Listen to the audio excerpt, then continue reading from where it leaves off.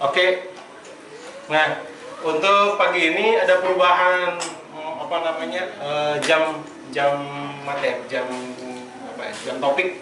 Ya harusnya kan materi zonasi ini setelah Kang Afif, cuma setelah dilihat storyline-nya, kayaknya zonasi dulu baru ke Kang Afif, karena Kang Afif kan banyak touch up tentang desain ruang. Nah, desain ruang itu lebih ke nanti ke penempatan elemen. Seperti yang kita bahas kemarin hari Sabtu kan, penempatan elemen kan harus scatter sesuai dengan fungsinya. Nah, ini sekarang penempatan elemen akan dipadukan dengan zona-zonanya. Nah, ini akan saya jelaskan detailnya seperti apa. Nah, zona di permakultur itu lebih sebagai kayak pembatas antara rumah dan tempat elemen di ladang, elemen kompos, elemen lain-lainnya. Nah, tapi zona ini dibagi juga untuk sebagai kayak intensitas kita. Intensitas kita untuk datang berkunjung tuh seberapa sering. Itu dimasukkan dalam bentuk zonasi. Contohnya, jadi ini berdasarkan intensitas kunjungan dan rencana desain. Nanti pada saat kalian mau desain, bentuk desainnya di desain ruang ini masuk dalam desain ruang, modelnya seperti ini nantinya. Tapi caranya bagaimana nanti akan dijelaskan oleh Kang Afif. Lihat, zona 0, 1, 2, 3, 4, 5, dan seterusnya. Jadi zona 1 itu atau zona 0 itu lebih ke biasanya lebih ke diri kita atau lebih ke rumah kita. Kenapa begitu? Karena si rumah kita itu sebagai tempat kita untuk merencanakan, untuk kita ya tempat nyaman kita lah. Ini dibagi sebagai zona 1 biasanya itu kitchen garden, zona 2 itu tempat ya food production, 3, 4, 5 dan seterusnya. Nah, ini lebih jelasnya seperti ini nih kondisinya. Zona 0 ini rumah. Zona 1 itu biasanya tempat yang lebih dekat dengan rumah. Contohnya kayak rumah kayu 1. Nah, area sini ini zona 1. Jadi dia biar gampang untuk ngambil misalnya kalau ada kebun dapur di situ, kalau pengen kebutuhan buat di dapur dia gampang ngambilnya. Jarak melangkahnya juga tidak begitu jauh. Tapi yang perlu di note adalah perawatannya lebih sering, lebih intens. Kayak menyiram, ngasih pupuk, pruning, ngecek kalau misalnya ada rumput-rumput liar yang harus dicabutin, itu lebih intens. Intensitasnya gimana? Misalnya kalau dalam 1 minggu, sehari itu bisa 3 kali ke sana. Tingkat intensitasnya di zona 1 seperti itu. Nah, kalau di zona 2, itu lebih sedikit berkurang intensitasnya. Kayak misalnya tadi seminggu sering, selama 7 hari, sehari 3 kali, nah ini sehari sekali, atau sehari 2 kali. Ini balik lagi ke dalam desain nanti. Apa sih yang ingin kalian masukkan seperti itu. Nah, itu di zona 2 itu mencakup ada kompos dapur, kompos yang kecil, kayak ember tumpuk. Terus ada kebun, biasanya ini ternak untuk yang skala kecil. Contohnya kayak ayam, bebek, itu masuknya zona 2. Nah, kalau zona 3 ini intensitasnya juga sudah sedikit berkurang. Ini lebih banyak yang ke tanaman-tanaman perennial atau pohon-pohon buah-buahan biasanya. Itu biasanya kita kesananya ini intensitasnya mungkin seminggu sekali, seminggu 2 kali. Ya, untuk ngecek, untuk pruning, untuk ngecek apakah udah berbuah atau belum. Terus ngasih tambahin kompos. Itu biasanya di zona 3. Zona 3 juga biasanya kalau di lahan yang luas, yang hektar, kayak di tempatnya Mas Fis sama Kang Dede, zona 3 itu biasanya sawah atau tempat edukasi, edu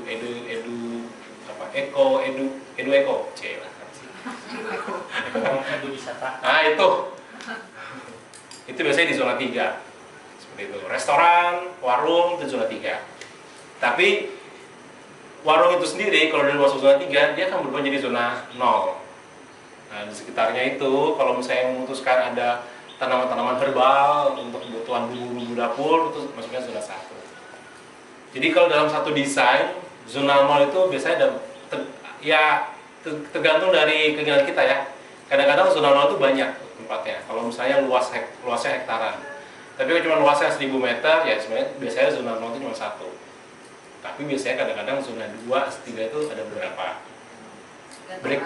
Tergantung area dan balik lagi ke tujuan kita.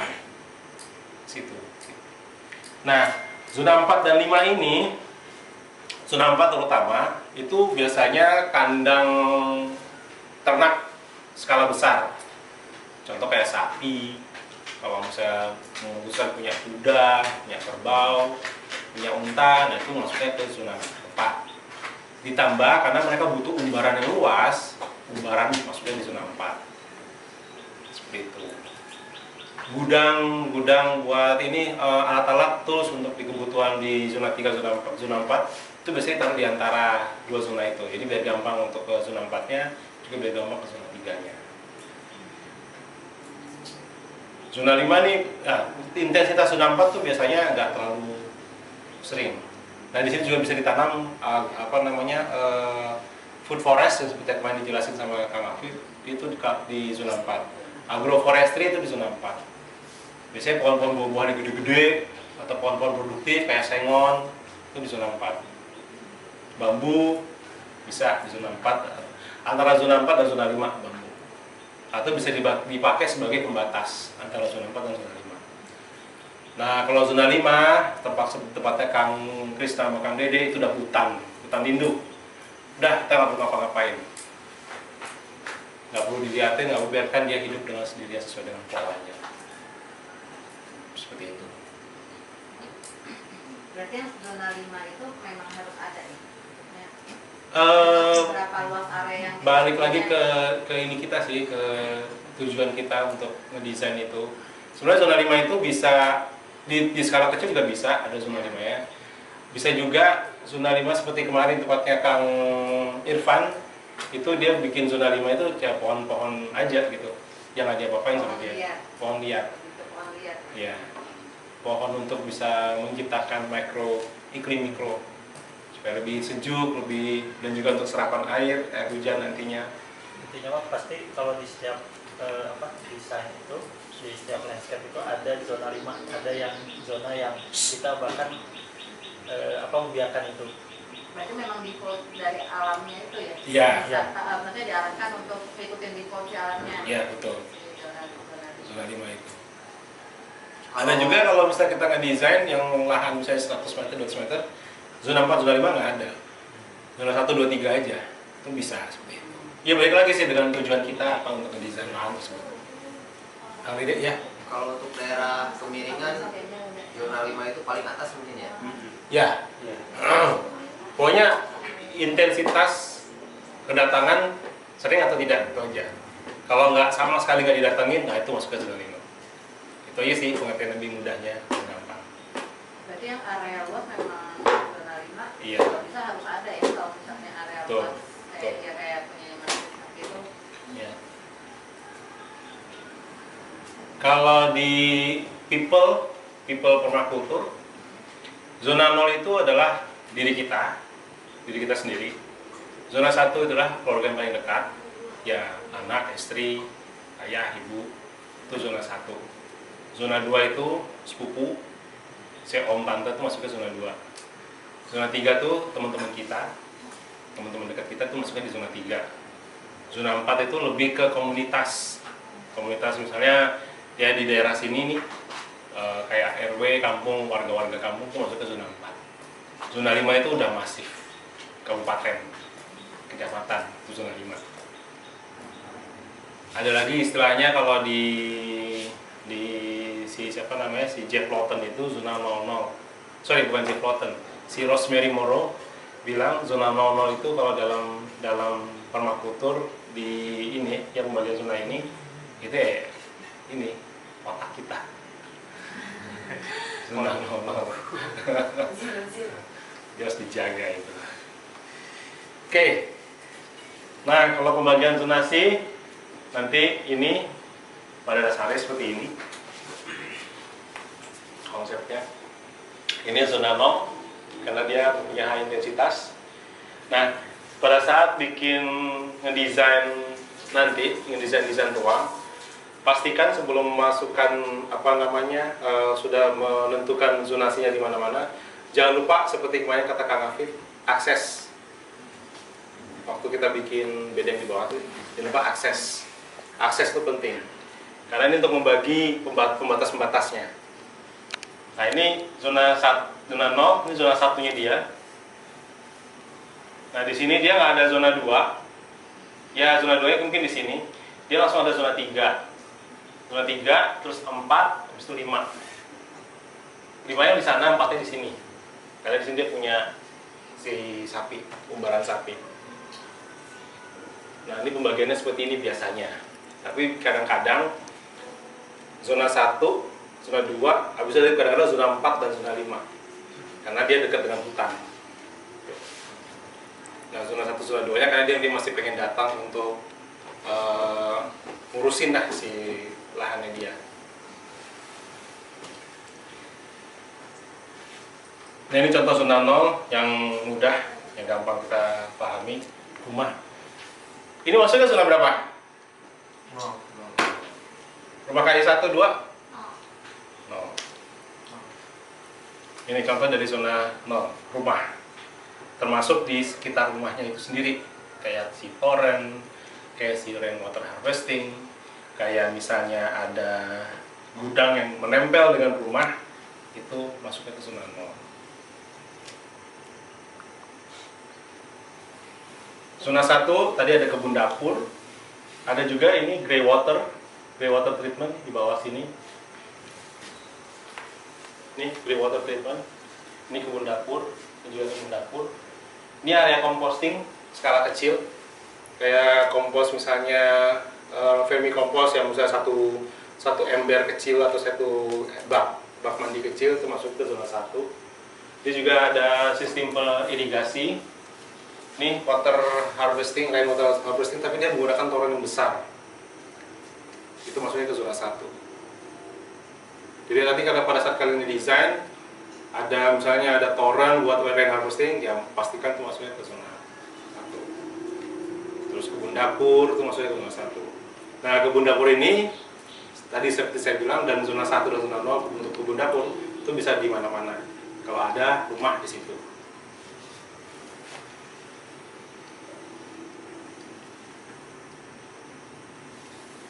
Zona 2 ini untuk ternak skala kecil, ayam, bebek, entok, angsa, kalkun, itu masuknya ke zona 2. Termasuk kalau misalnya kita pengen bikin yang namanya food forest, tapi yang sayur-sayuran, yang annual, sayur-sayuran annual. Ya, contohnya kayak annual tuh kayak ini apa? Sawi ya, sawi annual ya, Kang. Ya pokoknya sayur-sayuran annual aja. Itu masuknya ke zona 2 karena kita masih intens untuk datang. Untuk CSA yang community support agriculture itu, dia biasanya sayur-sayurannya ini itu masuknya ke zona 2 karena dia masih sering intens datang untuk melihat. Kompos skala yang sedang juga bisa di zona 2. Kandang ayam, biasanya kan kalau ada ternak ayam, kita mau ngambilin komposnya, itu bisa dipakai. Itu di zona 2 juga bisa. Seperti itu.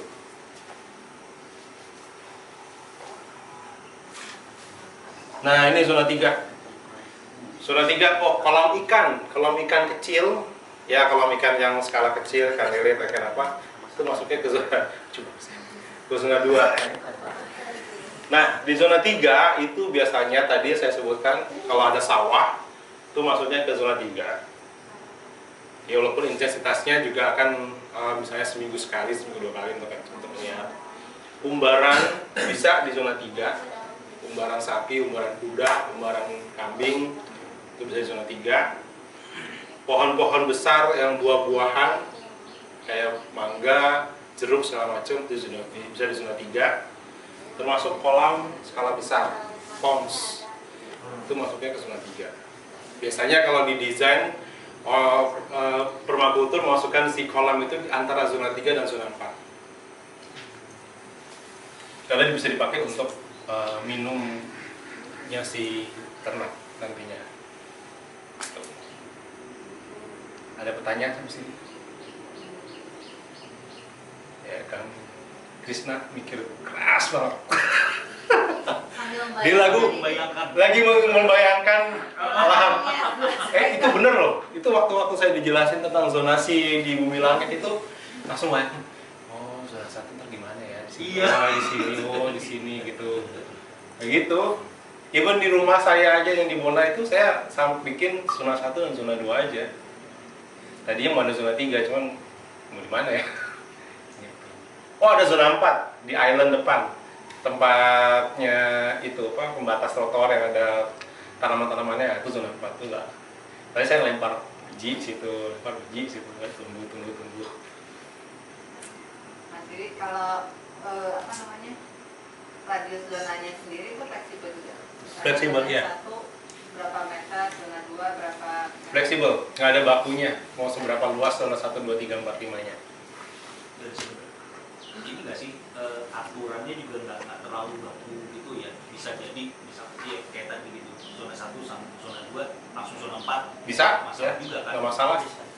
Walaupun zona 5 5 juga bisa, misalnya zona 1, 0, 1, 5, bisa.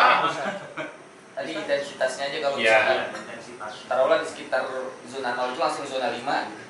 Tapi zona satunya misalkan berapa Kayaknya ada. kilometer. Berarti kan kita Capek amat. intensitasnya aja kan berarti kan yang berpengaruh. Gitu. Iya. Iya. Kalau layeringnya mau di mana itu bebas aja gitu. Iya. Tergantung tujuan. Tergantung tujuan, tergantung ini kita. Ya, tujuan saya mau bikin hutan aja lah, nggak mau.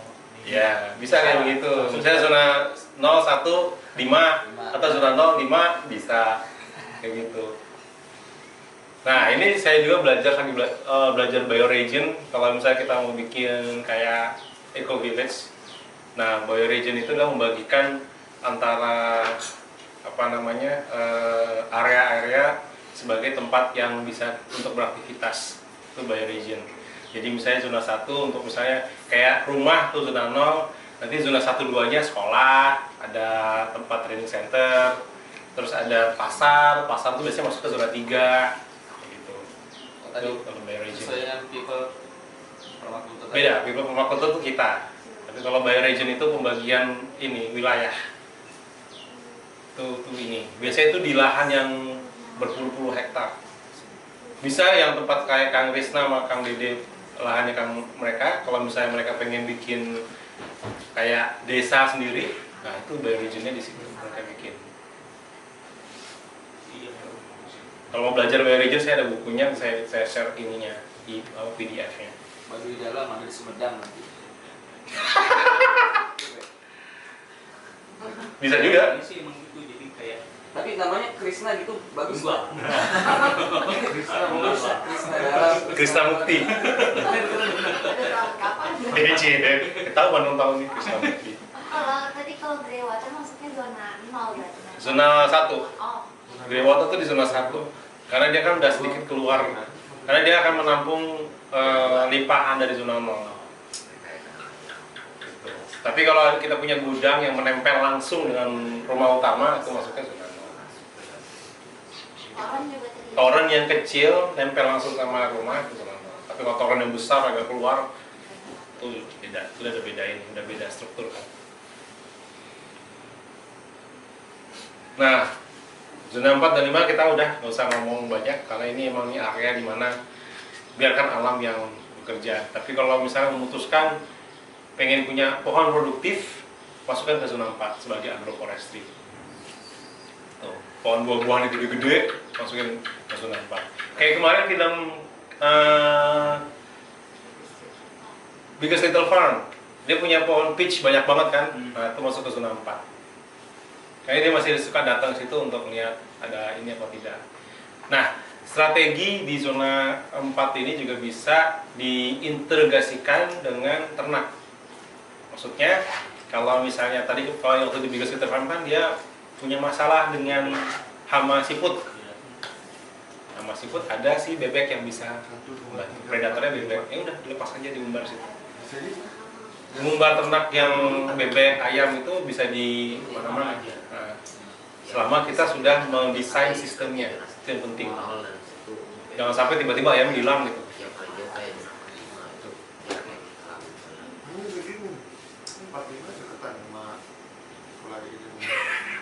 mikir. Senang kalau melihat Kang Gusna mikir. Berarti dia sudah aman. Oke. Lanjut. Sudah punya visi yang besar. Ini buat kita semua juga sih kalau pengen punya lahan hektar-hektar. Nah ini contoh zonasi penempatannya. Itu ada rumah, ada area 1, 2, 3, 4, dan 5. Ada juga kalau misalnya zona 1, zona 0, 1, 2, tiba-tiba 4, atau zona 1, 2, 3, 5, itu bisa kayak begitu. Jadi balik lagi ke tujuan kita mendesain pengen seperti apa. Nah, supaya bisa lebih paham lagi, ya grup diskusi.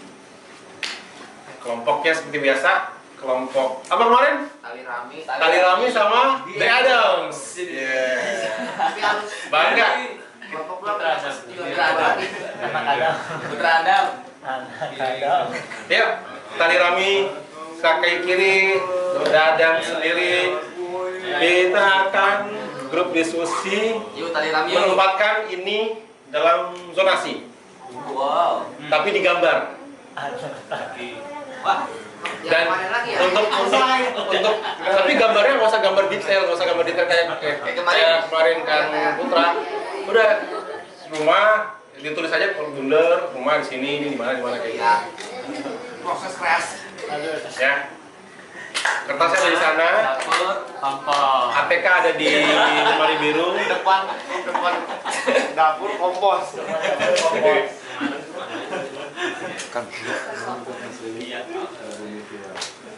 Waktunya Tali Rami sama The Adams. The Adams Brother. Tali Rami, tali bunga dan rawangkar. Wis 25 menit cukup ya. Dimulai dari sekarang ya. Mulai dari sekarang. 3, 2, 1.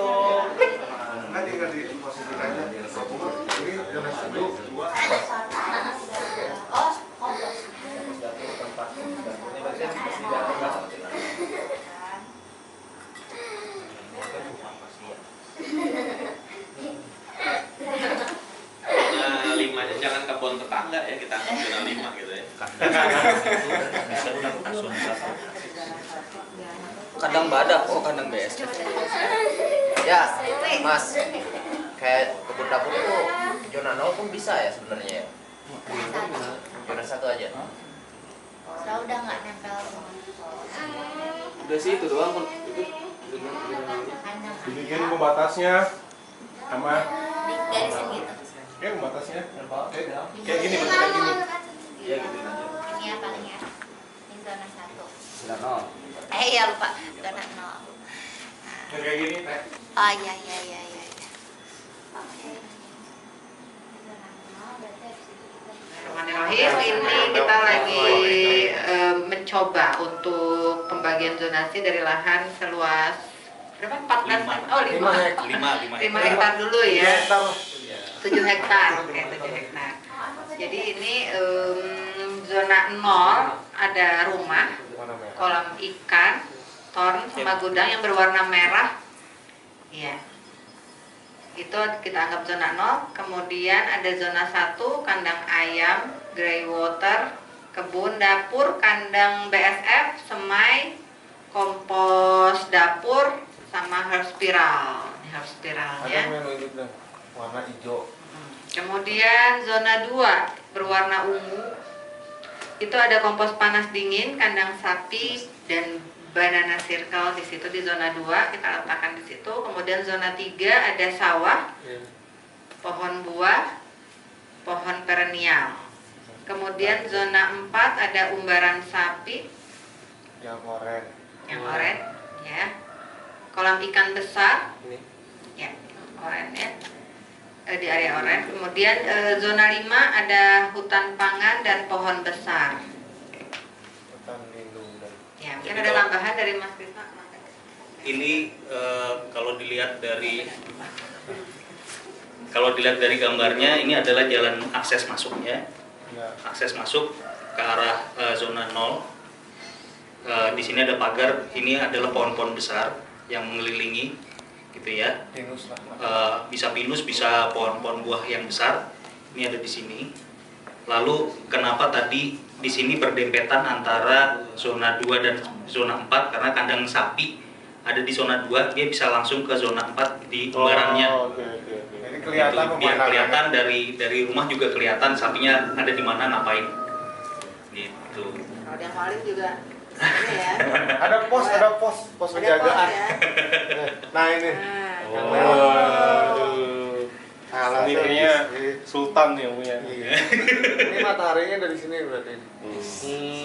Makanya ini ada cahaya. Udah bisa visualisasikan. Keren. Oke, terima kasih.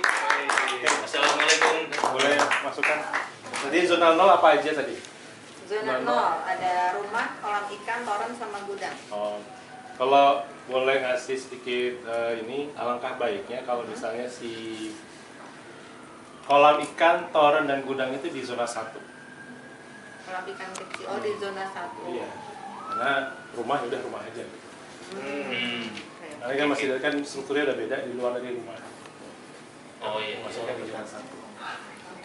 Terus kayak kandang naik kayak ya ini bisa zona 1. Kandang ayam bisa zona 1. Skala kecil kan? Iya. Berapa ekor ayam? Paling cuma 10-20 ekor. Itu zona 2 lah. Kan lahannya Oh, kan 5 hektar. Kecil lah 10. Iya. Tapi itu juga harus dipikirkan ininya ya, si luas kandang ayam. Jadi untuk luas kandang ayam itu 1 ekor ayam itu sama dengan 1 meter persegi. 1 meter persegi. Kalau sapi berapa? Kang Rihan? Kalau sapi 1 ekor tuh 3 meter, 4 meter ya? Apa? Sapi. Kang Putra, Kebutuhan kandang 1 ekor ayam, 1 ekor kambing, 1 ekor sapi. 1 ekor sapi. 2,5. Yang penting mah dua tidurnya 3,5 meter. 2 kali 2 buat tidurnya aja ya. Iya. Buat tidurnya Ya, aja kan. sisanya diumbarin aja. Jadi cuma buat tidur doang. Ya buat kandangnya itu 1 ekor 4 meter persegi. Iya 2 kali 2 ya. Seperti itu. Oke. Oke, tepuk tangan, power boost. 1, 2, 3. Wush. Assalamualaikum warahmatullahi wabarakatuh. Kami dari kelompok Tali Rami. Oh, gayanya udah ada gayanya ya. Tali Rami. Oke. Dari kelompok Tali Rami akan mempresentasikan hasil diskusi tadi, diskusi dan imajinasi kami terhadap zonasi yang tadi sudah diberikan oleh Mas Riwi. Mungkin saya akan menjelaskan sedikit dari mulai pintu rumah. Jadi pintu rumah itu ke sini. Jadi ya di sini pintu rumahnya dari sini. Nah, untuk rumah itu di sini. Jadi mungkin posisinya ini enggak kebalik. Kan ini zona terakhir di sini. Untuk rumahnya itu yang menempel dengan rumah itu ada toren penampungan air, toren kecil dan kompos kecil. Kompos untuk di dapur. Nah, kemudian ini masuk zona 0. Nah, kemudian di zona 1 itu mulailah tadi ada grey water, ada herb spiral, kemudian ada kolam kecil, ada banana circle, kemudian di sekitar rumahnya itu ada kebun dapur. Nah, di dekat kebun dapur itu ada tempat semai, nah juga kandang BSF. Gitu. Itu kurang lebih dari zona 0 sampai zona 1. Kemudian zona 2-nya akan dijelaskan oleh Kang Indra. Ya, bismillahirrahmanirrahim. Untuk zona 2 kita mengisi ruang-ruang itu dengan gudang. Pertama, gudang kita dekatkan dengan akses supaya agak mudah, dan gudang kita juga letakkan di zona 2 supaya untuk mengambil peralatan ke zona 1 dan ke zona 3 masih mudah gitu dan balance. Kemudian di zona 2 juga kita ada kandang ayam, kemudian ada pohon-pohon perennial yang mengelilingi kandang ayam, dan ada kompos panas di sini. Kemudian ini kotak ini adalah tempat umbaran ayam, dan ada kompos panas di sini. Harapannya nanti dari pohon-pohon perennial ini ketika berguguran bisa langsung jadi kompos panas gitu ya. Kemudian untuk pembatas antara zona 2 dan zona 3 itu pohon-pohon buah pohon-pohon perennial tapi yang sifatnya berbuah gitu ya. Kemudian masuk ke zona 3. Di zona 3 di sini kita ada sawah yang di sana ada kolam ikan besar. Kolam ikan besarnya nanti masuknya dari zona 5. Jadi penghubungan ini. Nah, ini di sini ada hutan pangan atau agroforestry. Di samping sini hutan pangan. Jadi zona 3 ini adalah pangan-pangan kita yang akan kita jadikan sebagai pangan. Gitulah pokoknya. Terus untuk zona 5 akan disampaikan, zona 4 dan 5 akan disampaikan oleh Kang Dede. Terima kasih Kang Indra. Sama-sama. Untuk zona 4 dan 5 saya gabungin. Di sini ada terletak kandang sapi, terus dia menyeberang selokan kecil tuh. Di sini ada jembatan Buat minum. buat minumnya dia, jadi nggak usah nyari-nyari gitu. Terus beralih ke sini, di sini umbaran buat hewan ternak sapi. Nah, di sini masuk ke hutan lindungnya gitu, dibatas sama pohon bambu. Di sini juga ada terletak kolam besar juga untuk penampungan air. Di atasnya itu ada pohon-pohon besar seperti beringin, terem besi, dan lain-lain. Mungkin itu sih buat penghasil air juga. Siap. Terima kasih. Terima kasih. Oke. Kandang sapi kalau di situ keamanannya gimana? Kandang sapi ini kan Oh iya, udah satu jauh lagi dari kan orang-orang. nantinya di sininya tanaman kelilingnya itu pohon-pohon besar juga buat pagar. Oh, siap. Kandang sapi. Mas. Keamanan dari masyarakat. Iya, kalau misalnya Masyarakatnya ada kan ini Di bawah mereka kan ini mau- dari atas. Ini dari atas nih makin rimbun. Oh. Masyarakat mau kesini. Di bawah. Oke. Paling yang perlu diperhatikan itu nanti hewan-hewan predator gitu paling ya. Macam Iya. kembang gitu-gitu. Betul. Tapi insya Allah karena di sini ada sawah, pasti di sini aktivitas manusia juga akan lumayan sering juga gitu ya. Jadi ketika sapi diumbar di sini, kita bisa sambil merhatiin sawah kita di sini nih. Jadi sambil ngeliatin sapinya di atas. Ini zona berapa? Ini zona 5. Zona 4, zona 5 nya Ini sini. zona 4, ini zona 3. Itu zona 3. Ini zona 3 nih batasnya. Ini zona 3 segini. Ini zona 2, ini zona 1, ini zona Kalau saya alangkah baiknya sih saya kandang sapi supaya lebih sedikit aman. Di zona 3. Oh, di sebelah sini. Iya. Zona 3. Oke. Bisa. Gitu. Bisa. Umbarannya di zona 4 gitu ya. Warnanya itu sama. Oh. Gimana Oke. Kang Rian? Iya, ini apa namanya? Ketika kita masuk ke kayak kandang sapi kayak gitu ya, apa namanya? Terutama ada area umbaran itu harus dipastikan kayak itu tadi salah satunya keamanan itu. Keamanannya bisa dari yang makhluk yang predatornya sama manusia juga. sama manusia gitu, benar. Makanya kandang sapi jangan ditaruh di itu zona berapa itu? Zona 4. Jangan ditaruh zona 4 karena zona 4 itu umbarannya. Oh, bukan kandang. Bukan kandang. Oh, bukan kandang. Terus nanti juga memperhatikan kondisi elevasi ketika kita bikin zona-zonaan gitu ya, karena efektifnya gimana si sapi ini dia kan Supaya landai.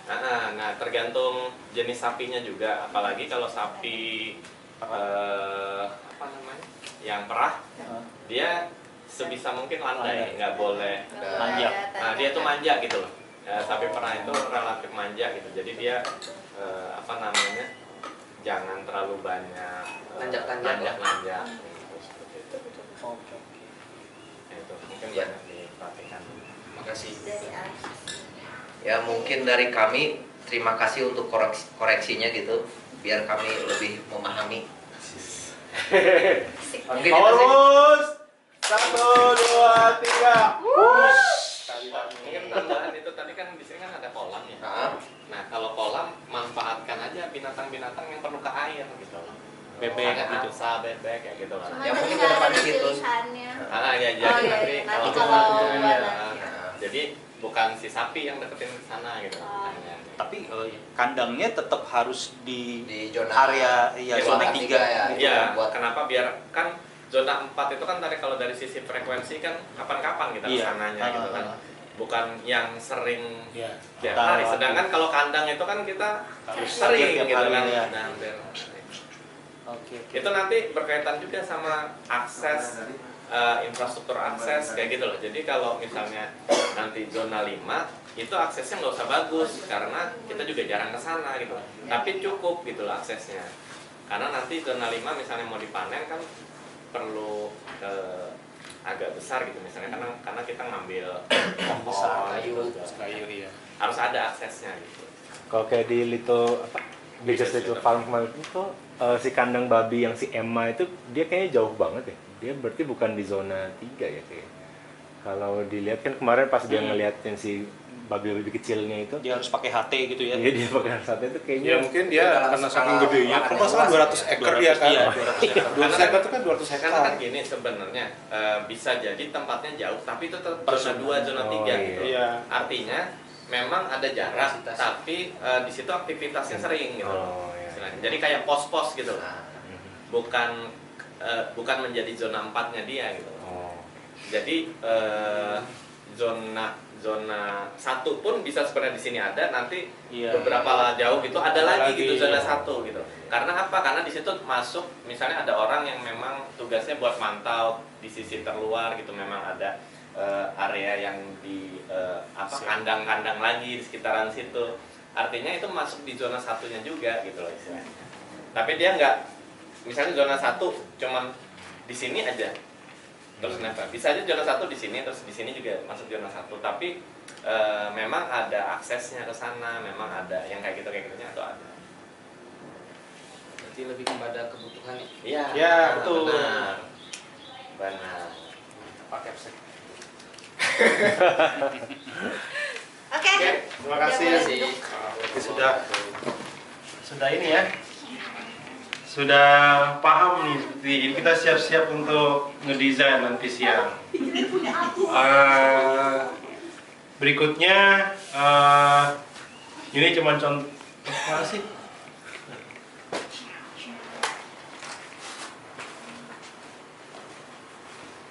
Ini cuma contoh aja, ini contoh di satu contoh untuk ngedesain nanti untuk model desain rumah kultur. Bisa kita lihat situ ada rumah sebagai zona 0-nya itu di sini.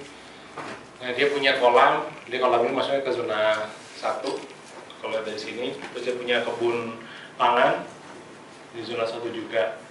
Jadi semua itu berdasarkan kebutuhan aja. Ini ada zona beberapa rumah bangunan itu dihitung sebagai zona 0 kalau di gambar ini. Seperti itu dari saya. Mungkin kalau misalnya kurang jelas kita bisa diskusi lagi. Dan berapa sih? Jam 10 kurang. Jadi kita rehat 10 menit. Habis itu kita lanjut ke materi desain ruang dan desain konsep yang cukup penting juga untuk di rumah kultur ini. Assalamualaikum warahmatullahi wabarakatuh. Ya, saya di sini akan melanjutkan masih materi metode desain. Ini terkait dengan desain konseptual dan desain ruang. Dan ini juga ini mungkin kalau tadi Mas Riwi kemarin mulai dari secara umum ya dalam satu wilayah. Kalau di sini saya lebih ke desain ruang dan desain konsep, yaitu lebih ke detailnya nanti, lebih ke detail dari setiap elemen, yang mana memang ini juga penting dilakukan atau dibuat dalam desain, misalnya karena terkadang kita misalnya kita akan membuat sesuatu ya, yang suatu elemen ya, misalnya kandang ayam, ataupun misal kita mau dalam hal membuat desain kebun dan sebagainya. Itu terkadang di dalam permaculture ini kan berbeda dengan metode yang sudah umum saat ini, sehingga desain konseptual ini memudahkan nanti orang yang akan membantu kita dalam mengerjakan gitu ya.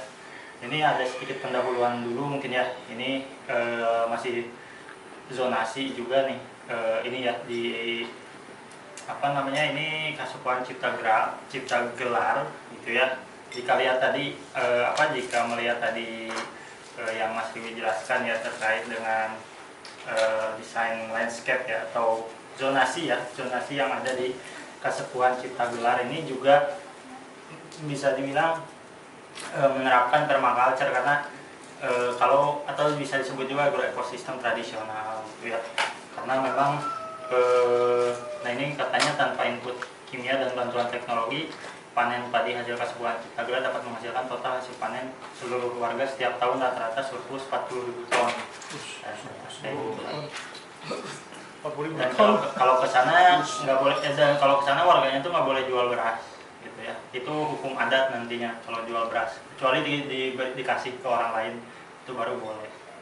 Jadi saya udah cerita kemarin saya pernah dikasih beras 1 karung, cuman mau ditolak itu juga takut gimana.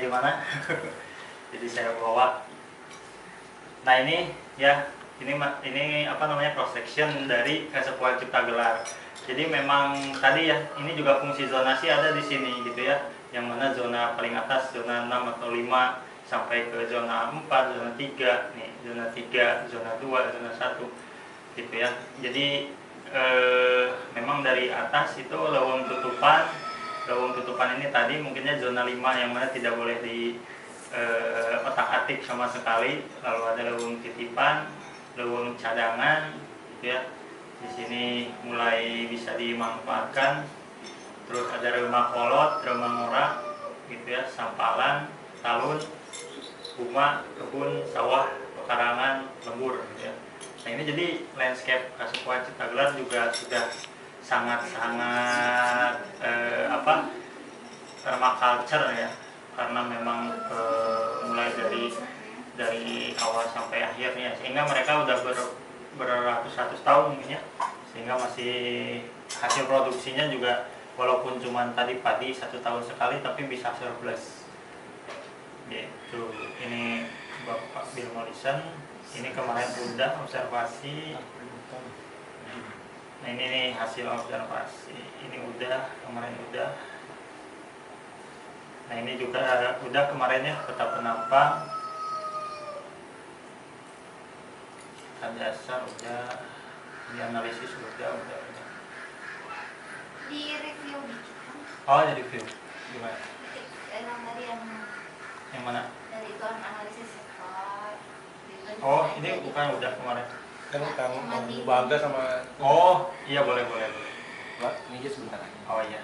Nah jadi ini tahapannya kemarin ya, tahapan observasi. Kita bisa lihat sinar matahari, microclimate-nya seperti apa, seperti arah angin, kecepatan, suhu, kelembaban, curah hujan.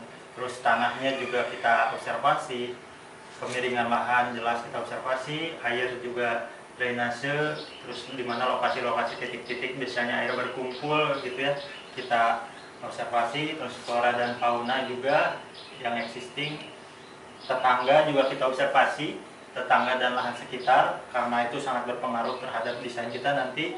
Lalu sejarah lahan kita perlu tahu, biasanya menggali dengan orang-orang lokal gitu ya, yang sudah bertahun-tahun di sana, seperti apa sejarahnya, karena ini akan mempengaruhi desain juga nanti.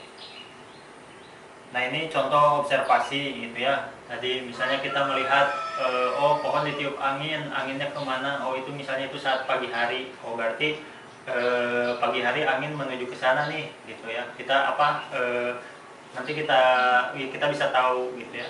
Atau paling simpel, kita mau mengamati angin, tinggal lamot curug, namanya lamot curug teh jilat kerasa dingin di mana nih? Oh angin dari situ gitu.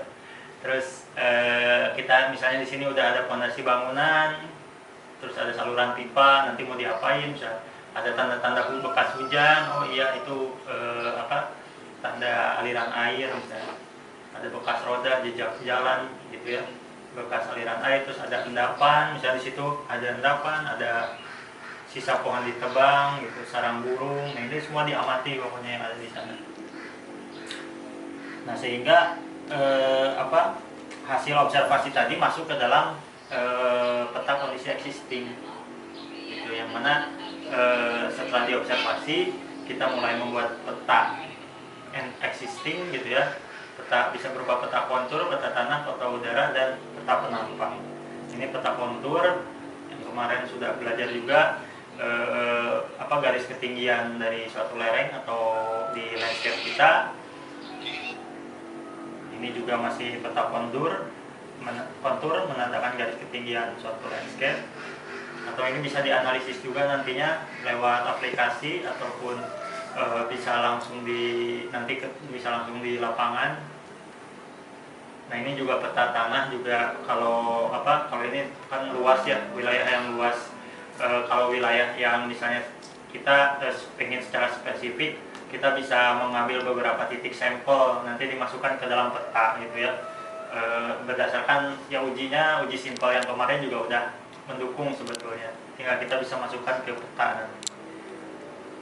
Nah, ini peta penampang itu ya, kita bisa melihat nanti konveks sama konkave. Konveks itu cekungan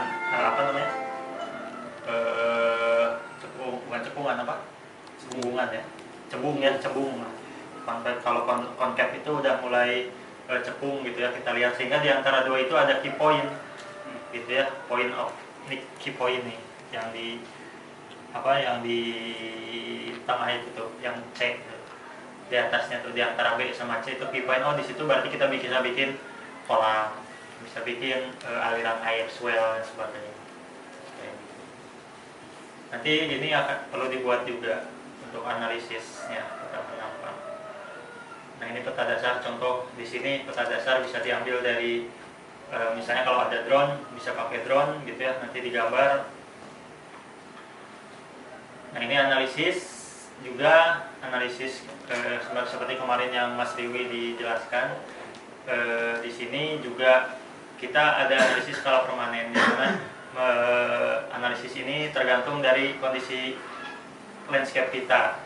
Jadi semakin ke sana waktu relatif permanennya semakin banyak, dan juga semakin ke atas energi upaya perubahannya semakin sulit. Misalnya sekarang saya di situ menempatkan iklim paling atas gitu ya, sulit dan waktunya permanen, karena iklim ini secara umum ya saat ini kan pemanasan global ya, climate change, sehingga itu sangat sulit diatasi gitu ya, kecuali nanti microclimate. Mungkin microclimate bisa ada di lebih bawah gitu dari itu. Terus misal bentukan lahan ini, misalnya kalau lahannya luas banget, itu perlu waktu untuk untuk upaya energi perubahannya lumayan sulit karena lahannya luas. Kalau lahannya kecil itu bisa disimpan paling bawah misalnya. Itu tergantung lahan. Intinya ini analisis skala permanen menentukan kita dalam mengerjakan landscaping area yang ada di kebun gitu ya. Misalnya ini tanah paling mudah gitu ya. Kenapa misalnya paling mudah? Karena misalnya tanahnya di sini udah tidak perlu susah untuk mengembalikan kesuburan tanah, misalnya karena banyak bahan-bahan organik di sini, sehingga itu relatif mudah dan butuh waktu yang sedikit. Misalnya karena kita bisa bikin kompos yang cepat gitu ya, sehingga paling bawah. Subdivisi dan pemagaran, ini fungsi zonasi. Nanti misalnya setiap zona ada batas-batas untuk bisa memakai tanaman atau memakai pagar misalnya. Bangunan, infrastruktur, pohon dan vegetasi, jalan akses. Nah, ini semuanya tergantung, kalau ini di sini tergantung keadaan lahan. Nah, ini juga analisis sektor. Ini contoh di sini, yang mana misalnya angin bertiup dari mana, terus matahari dari mana, terus tetangga ada di mana, terus area pemandangan di mana, terus air bergerak dari mana ke mana. Ini juga masih sektor analisis. Contohnya ini analisis fungsi. Ini udah mulai ke ini. Nah, ini juga tahapan desain itu ya, tabel paste, plan, animal, structure, tools, dan event, kegiatan. Misalnya bisa saja nanti di list juga nih tanaman-tanaman yang udah ada di sana apa aja, animalnya apa aja, strukturnya apa aja, toolsnya apa aja, kegiatannya mau apa aja gitu ya. Nanti ini tuh juga masuk ke dalam desain, karena nanti ini sangat menentukan desain. Ini terus dari apa, dari elemen-elemen ini, paste ini nanti paste itu apa aja? Itu singkatan ya? Itu singkatan. Plan animal structure, tools, events.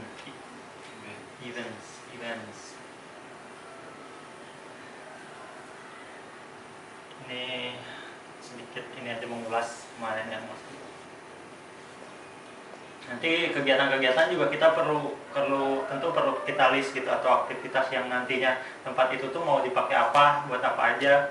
Misalnya ini ada kelas berkebun, kelas terapi berkebun misalnya, ada pelatihan kompos, pelatihan biodynamic misalnya, ada woofer misalnya, ada woofing misalnya, sehingga nanti bisa menentukan oh ini desain ini, oh misalnya karena ini bukan untuk tempat sendiri, misalnya tempat untuk pelatihan juga, oh sehingga nanti akan berpengaruh ke desain gitu.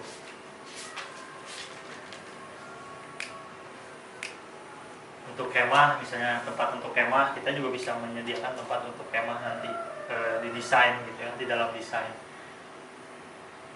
Nah ini selanjutnya elemen-elemen tadi dirangkai menggunakan rangkaian acak gitu ya. Ini untuk mempermudah nantinya sebelum ke desain itu kita bikin rangkaian acak dulu, sehingga pas desain kita tinggal membaca rangkaian acak ini, cuma menempel dengan misalnya dengan toren gitu ya, sehingga nanti masukkan ke dalam desain, digambar oh rumah sama toren apa. Ini metode saja. Yang kemarin Mas Riri random assembly. Ya, ini random assembly. Rangkaian Desainnya rangkaian acak. random assembly. Nah baru selain itu juga melakukan overlay dari beberapa peta dasar gitu, yang tadi peta kontur, tanah, terus penampang. Kalau penampang ini beda lagi, bisa, tapi nanti bisa masuk juga. Terus foto udara, foto peta dasar gitu ya tadi. Nah ini juga kita bisa masukkan peta aktivitas gitu ya. Misalnya area rekreasi, misalnya, terus area conversation di mana kita mau area ngobrol-ngobrol, ngopi bareng atau berdiskusi, di mana escape, area buat kabur, buat istilahnya buat healing. Kalau Kang Adam buat area merenung gitu, di mana gitu. Itu bisa bertapa. Ya soalnya kemarin pas dicariin nggak ketemu. Kang Adam itu. Nah ini bisa dibuat gitu, memang khusus. Nanti tergantung ini nanti bakal seberapa banyak area itu di aktivitas. Ini lebih ke nanti kita yang beraktivitas manusia gitu. Kecuali mau cari tahu aktivitas makhluk lain gitu. Mau kepoin ya. Iya. Nanti bisa masuk ke dalam desain karena kita saling harmoni. Nah ini juga desain ruang, yang mana kita juga perlu di dalam desain di peta itu kita perlu membedakan warna gitu, yang paling penting juga misalnya untuk akses, untuk tanaman, untuk rumah dan sebagainya, sehingga akan mempermudah untuk untuk kita membaca petanya nanti, peta desain kita. Dan ini juga desain itu tidak saklek ya. Kita bisa membuat beberapa opsi desain yang nantinya balik lagi di lahan itu lebih sesuai yang mana, sehingga kita memang wajar ketika bikin peta tuh nggak akan sekali dua kali, tapi bisa beberapa kali gitu ya, karena akan terus istilahnya dinamis juga tuh, desain tuh dinamis nanti seperti apa ya, sehingga ini muncul ada 4, misalnya di sini ada 4 konsep gitu, desain konsep dan desain ruang gitu, muncul 4 yang di tempat masing-masing berbeda gitu ya.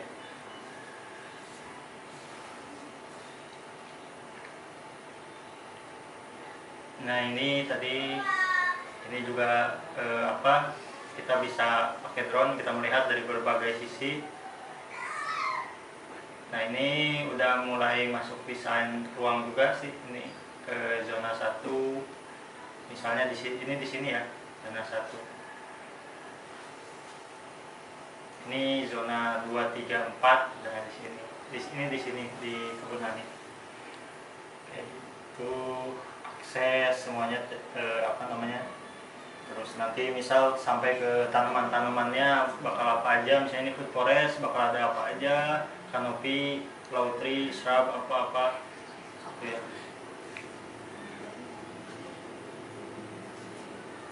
Nah ini tadi bisa penampang melintangnya, ini yang atas penampang melintang, apa berarti cross section.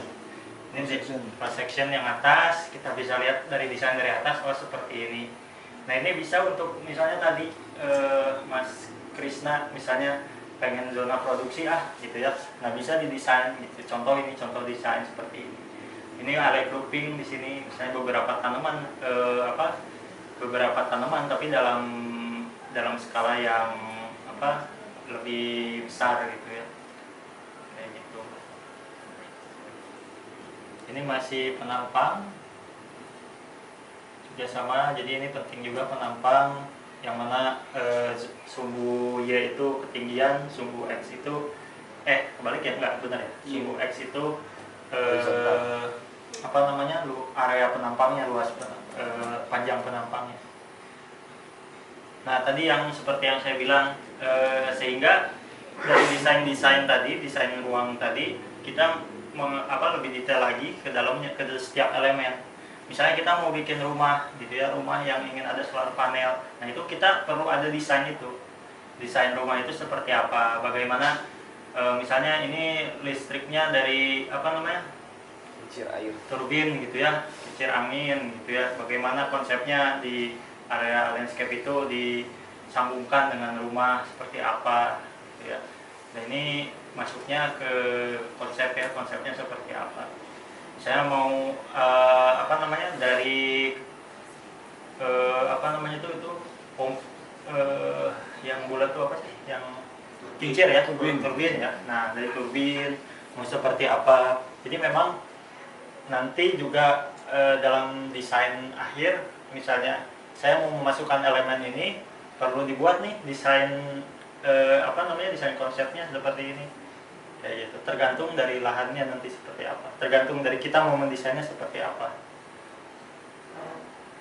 Ini contoh bagaimana pompa ram pump itu bahasa Indonesia.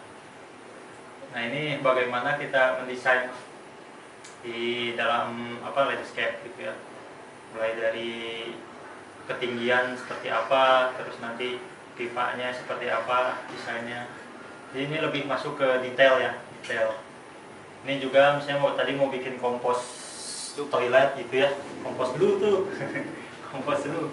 Jadi misalnya desainnya seperti ini gitu ya, ada penampungan di bawah, paling bawah gitu ya, jadi kotorannya langsung ke bawah ya.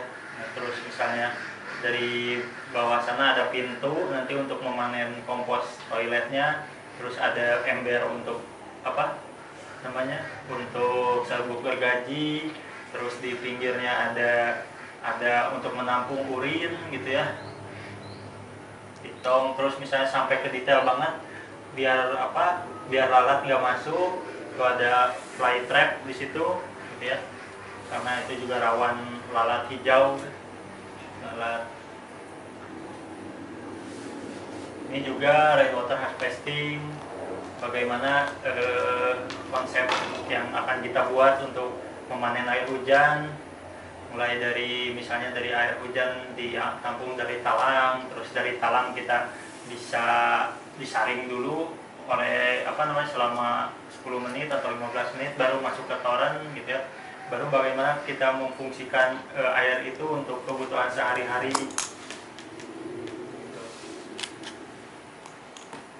Nah ini juga grey water ya, sand filter gitu ya,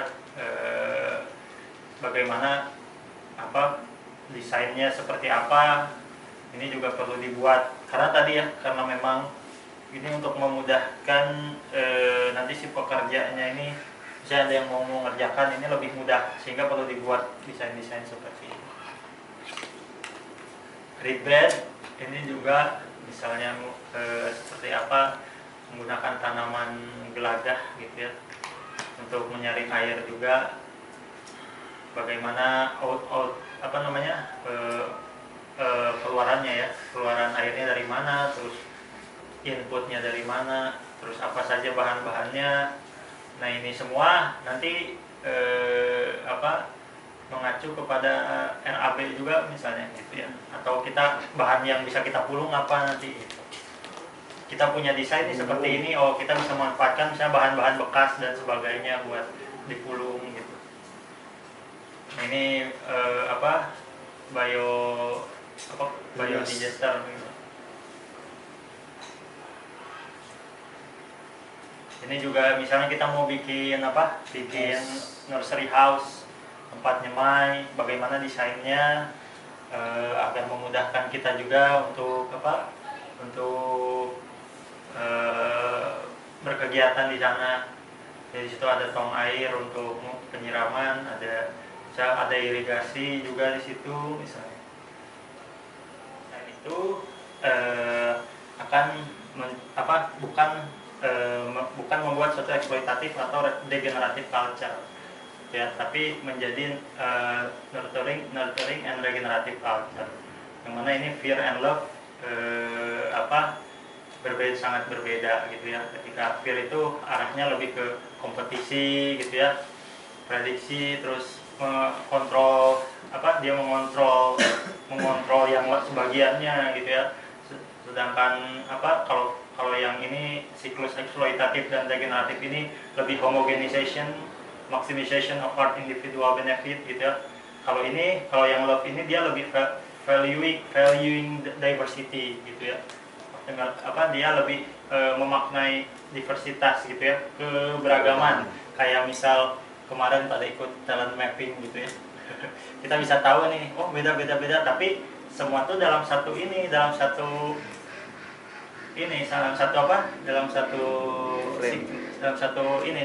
ruang gitu, sehingga wah ini banyak kelebihan dan kekurangan saling berkolaborasi, bukan khusus ya setiap orang yang saya jagonya ini udah saya sendiri untuk berkumpul dengan orang itu lagi gitu. Jadi kalau yang fear ini alienation, pengasingan ya, self world split gitu ya. Jadi lebih terpisah, lebih individualis gitu ya. Kalau yang love cycle ini belonging, sense of place, sharing meaning gitu ya, shared meaning gitu ya. Jadi kita biasanya di sini kan suka saling sharing apa yang didapat pembelajaran lah itu. Nah ini ada satu lagi juga mungkin ini memperkenalkan saja. Nah ini jadi nanti ketika udah ini lebih jauhnya lagi setelah kita mendesain, setelah kita punya tahapan tadi yang dari Mas Riwi kemarin, mulai dari awal sampai akhir, sehingga kita bisa membuat permaculture master plan. Karena sudah tahu, misalnya ini contoh master plan di Raptamachat di Thailand. Nah ini jadi akhirnya kita bisa bikin master plan gitu ya. Pendahuluan tadi sejarah lahannya seperti apa, terus the goals projectnya apa kita bisa menyusun lah. Ini isinya nggak baku sebetulnya. Ini contoh saja.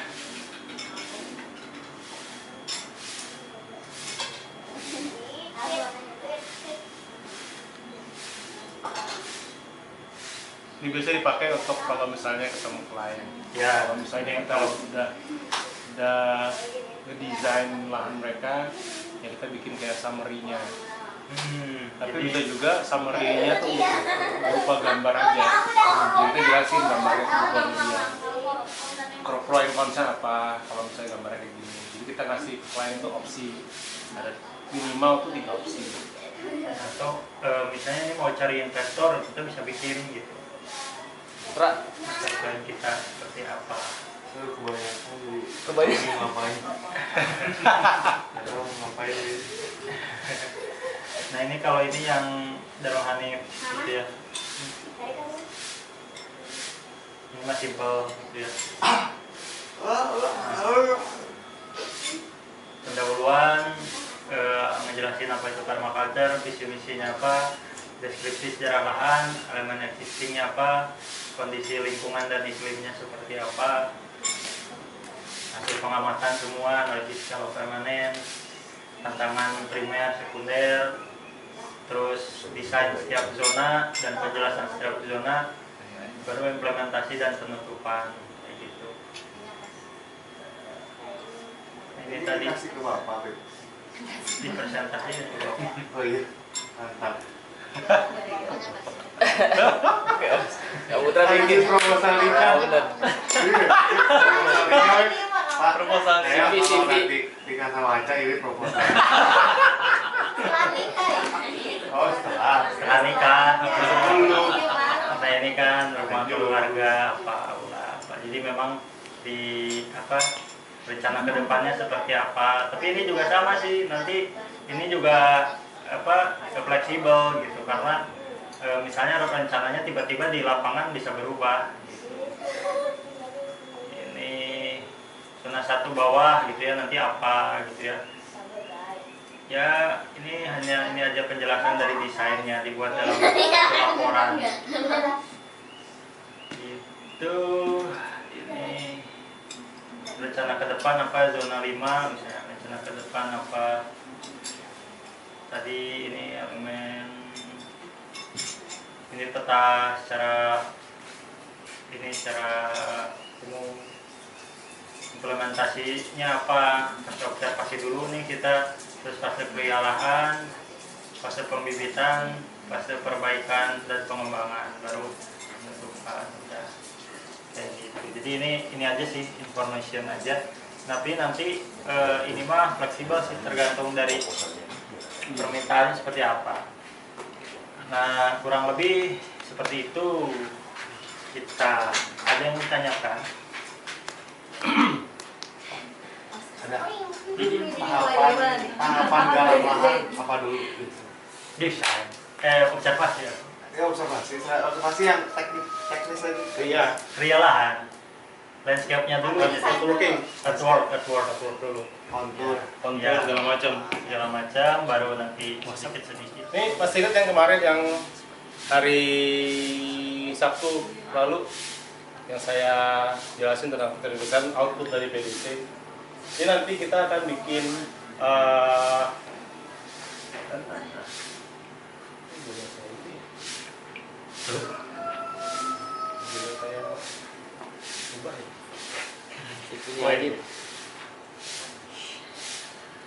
Oke, nanti outputnya nanti kita tes ya, ada klien yang meminta di desain lahannya nggak besar, di pinggir jalan. Nanti dia akan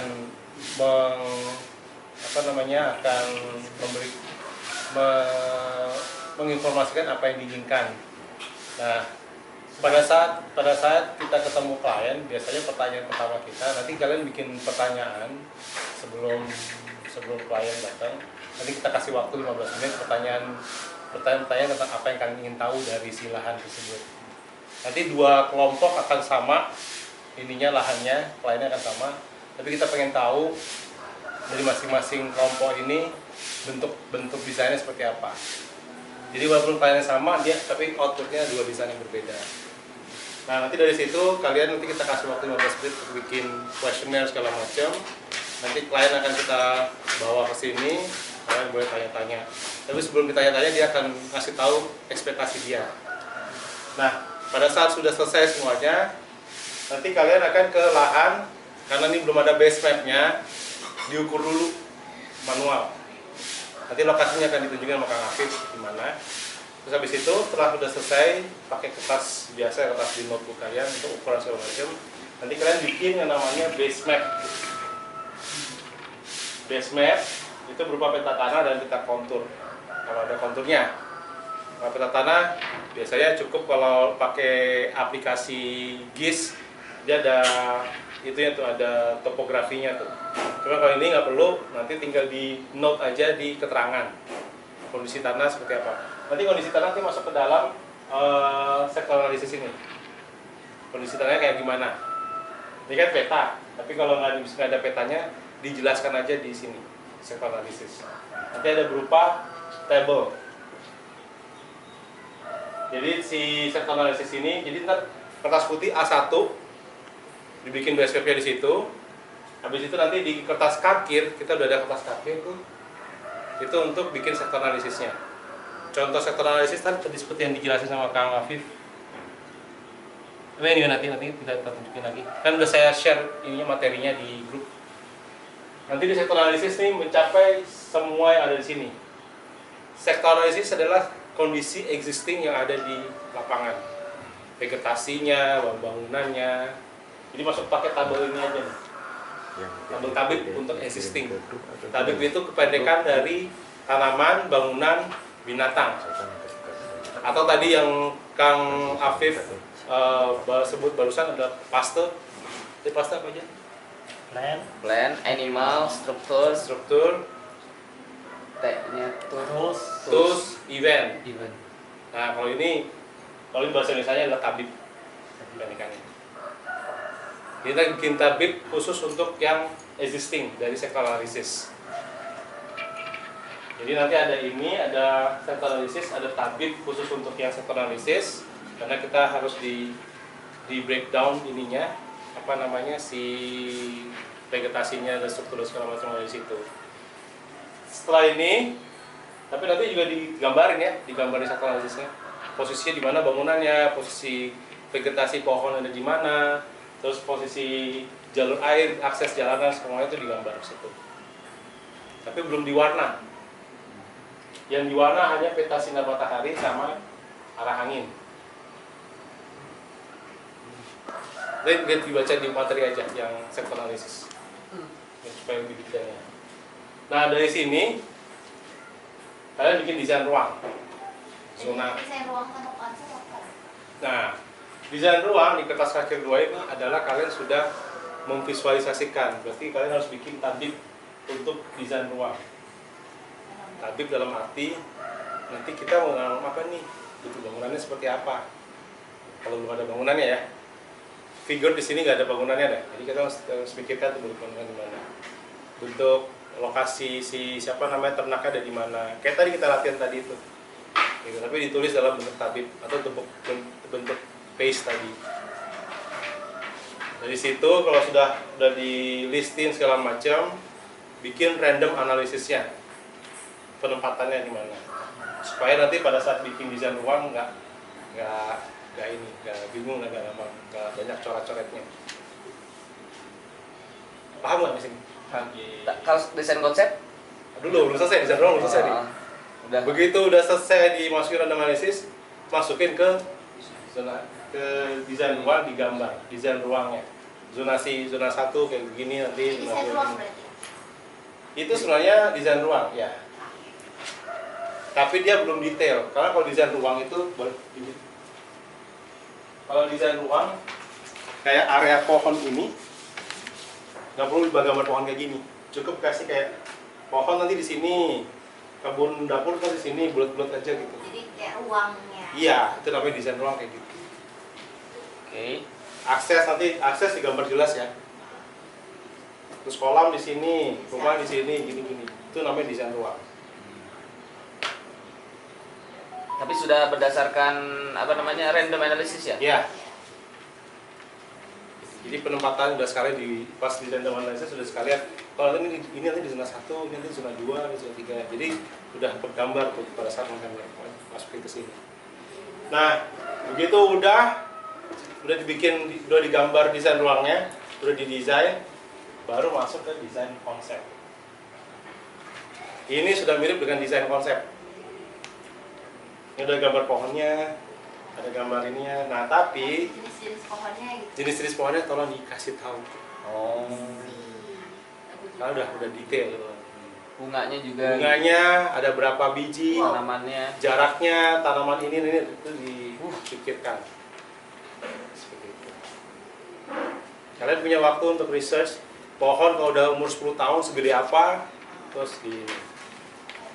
Jadi supaya misalnya pohon alpukat ditanam jarak 2 meter, nanti begitu gede, ntar akan jempet-jempetan, kan nggak mau. Clue aja untuk kemarin sistem pohon kayak belum di mention sama Kang Afif. Jarak antar pohon yang ideal itu adalah 6 sampai 12 meter. Pohon besar ya. Mau pohon mangga pun juga sekitar segitu, 6 sampai 12 meter. Karena kita juga harus mikirin matahari untuk masuk. Kalau bikinnya orchard di kecil gimana? Bisa kecil pohon buah ya. Bisa. Kalau rumahnya modelnya rumah ya. Tergantung lahan. Tergantung lahan ya betul. Bedanya orchard sama food forest apa mas? Sama. Orchard sama forest tadi. Kalau orchard itu biasanya orang-orang itu spesifik. Tadi misal apa namanya, kalau food forest kan 7 layer. Kalau orchard misalnya kayak ini kebun mangga dan durian, kebun mangga dan atau kebun mangga durian rambutan. Buah-buah gitu belum Ya, pakai yang iya. kanopinya. Kalau food forest kan tadi layering sistem mulai dari yang kanopinya tanaman legum sampai ke yang bentuk tanah. Kalau orchard spesifik tanaman buah doang biasanya. Oke. Itu nanti dicantumkan ke desain konsep pakai kertas kakir juga A1. Ya. Jadi ini yang kurang ini di sini adalah tabib untuk sektor analisis. Ini tabib dan analisis yang kurang di sini. Jadi tinggal kalian tulis aja untuk note-nya. Berarti kalau di sektor analisis mah tabib existing berarti. Yes. Untuk di desain ruang dan desain ruang tabib yang akan ditanam. Tapi dijadiin satu juga sama tabib existing. Dibedain aja warna tulisannya. Atau dikasih bawah atau gimana lah istilahnya. Oke, dari situ setelah desain konsep udah ini, jangan lupa dibikin skalanya. Karena misalnya pengen rumah 200 meter, berarti kan 20 kali 10. Nah itu dibikin skala bentuk rumah yang aktualnya di gambar ini gimana. Dan untuk belajar skala bisa di browsing di internet. Biasanya kalau 1 banding 1 berarti 1 cm di sini sama dengan 1 meter di aktual. Oke. Setelah itu biasanya klien minta pengen tahu dong bentuk bangunannya dari tampak samping gimana. Nah ini kalian bikin cross section. Pakai kertas kakir A1 juga. Penampang apa nih? Melintang ya. Nah next, yang terakhir tahapan pekerjaan, fasenya. Fasenya dibikin seperti tadi yang Kang Afif tunjukkan.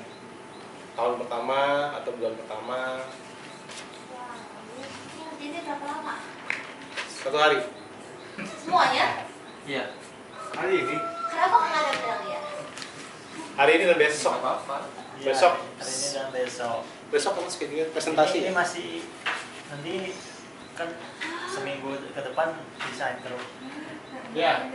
Besok siang presentasi. Kalau boleh tahu nggak aplikasi-aplikasi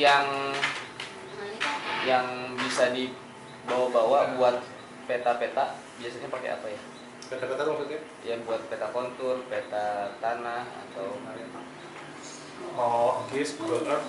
Bisa pakai Google Earth, bisa pakai GIS. GIS bisa di handphone. Oh yang di handphone. Kalau yang di handphone ya kita butuhkan biasanya untuk observasi kita butuh GPS misalnya. GPS terus juga misalnya untuk anemometer misalnya, kalau terus juga misal A-frame, terus misal ada hygrometer, ada kalau lebih bagus lagi ada WS. Wih, banyak om. Weather station. Bisa error HP lu tuh. Weather station tuh ya tadi sih intinya kita mau pokoknya mah nggak, kalau itu mah kan alat-alat, tapi kita juga bisa mengamati secara langsung dengan indera kita gitu. Kayak misal sinar matahari dari mana arah. Gini ya kan, kelompok 1 punya Kang Indra ya. Saya Pak Budi. Namanya Budi. Lebih lengkapnya Profesor, Doktor, Insinyur, Budi. S-nya S enggak? Ya, S1, S2, S3. Gitu. Ya.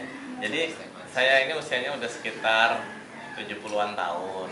Nah, saat ini saya aktivitas sehari-harinya nih, sebelumnya saya adalah dosen dan peneliti. Saya dosen dan peneliti. Nah, kebetulan karena saat ini saya sudah pensiun ya, sudah di saat-saat masa pensiun.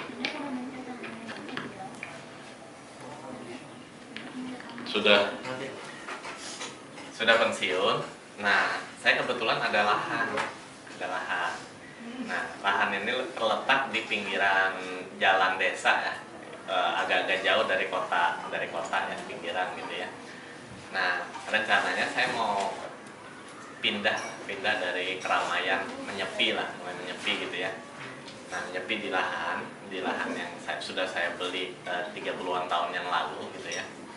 Dimana lahan ini luasnya, nanti bisa minta tolong ukurin ya lahannya ya, minta tolong diukurin ya, soalnya saya juga belum pernah ngitung ternyata mulai dari beli gitu ya. Pokoknya tahunya ada duit beli aja gitu istilahnya. Nggak sempat mikirin mau lihat cek lahan, itu juga udah lupa gitu, hampir lupa gitu tadinya gitu ya. Nah, habis itu nanti minta tolong diukurin. Nah, saya tuh niatnya di sana saya bisa istilahnya ngabisin masa pensiun saya gitu.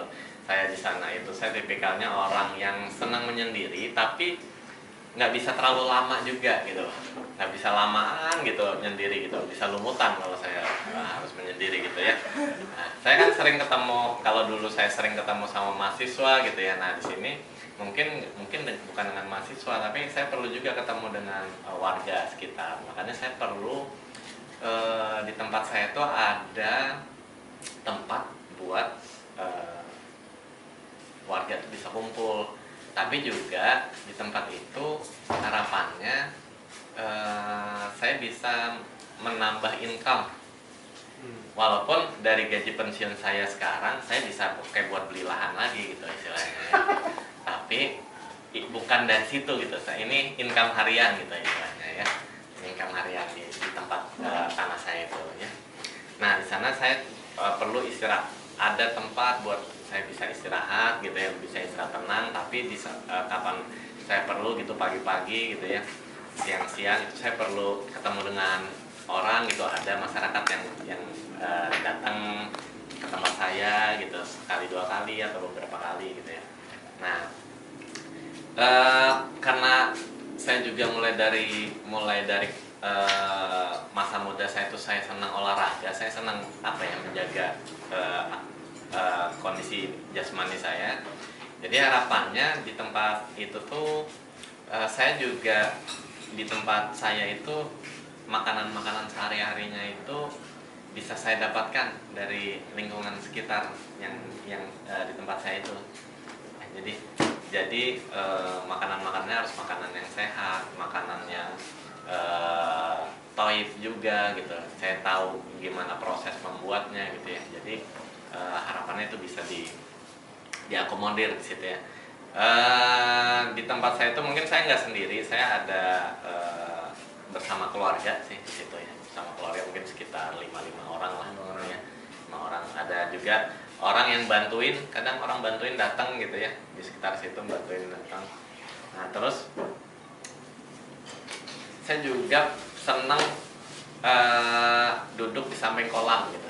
Nah, kalau lagi merenung gitu, lagi nyari inspirasi itu senang duduk di samping kolam gitu, karena bisa ngelihat ikan-ikan kecil gitu ya di situ ya. Wah, kayaknya asik banget gitu di situ. Nah, terus ada tambahannya ini sebenarnya saya perlu sesuatu tempat yang saya juga nggak tahu ini buat apa gitu ya. Kayaknya kalau dibuat suatu tempat yang apa ya, yang bisa membuat aktivitas baru gitu, yang unik gitu, mungkin itu menjadi daya tarik tertentu, bisa buat sayanya juga gitu, bisa buat penduduk sekitar gitu ya. Kita dapat nih pasti ini proyek. Kita harus ngomong dulu dapat proyek.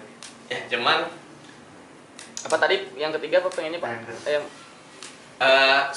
Suatu tempat yang bisa saya mengerjakan suatu aktivitas yang saya juga belum tahu nih aktivitas apa nih yang kira-kira menarik gitu ya di situ.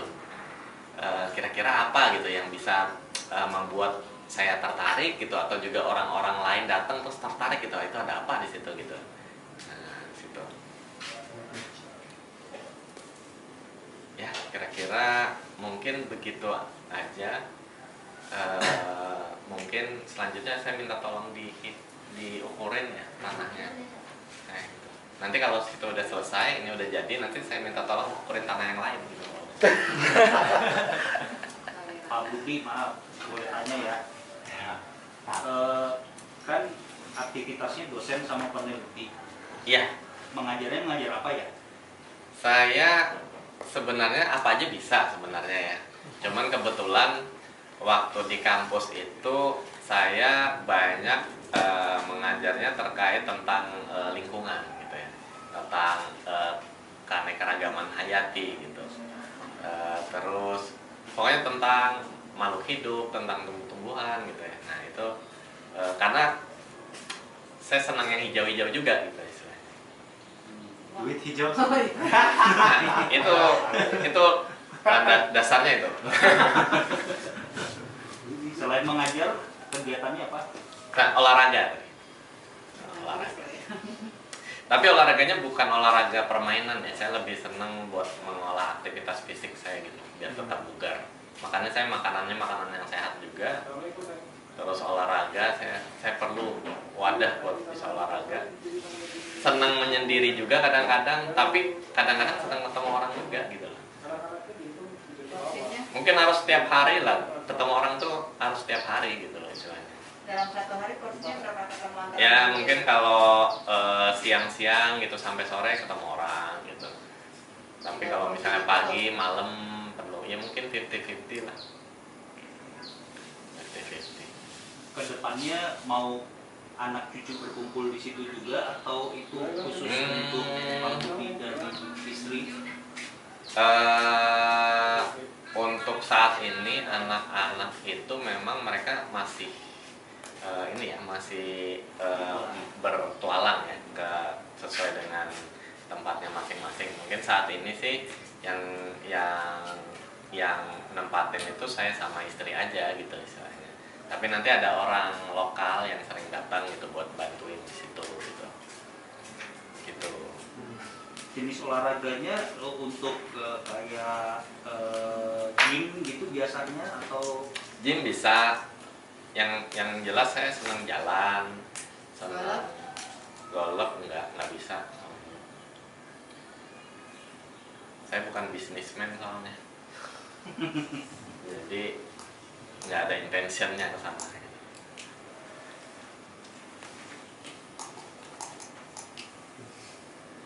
Kalau kurang susah nanti saya bikin lagi.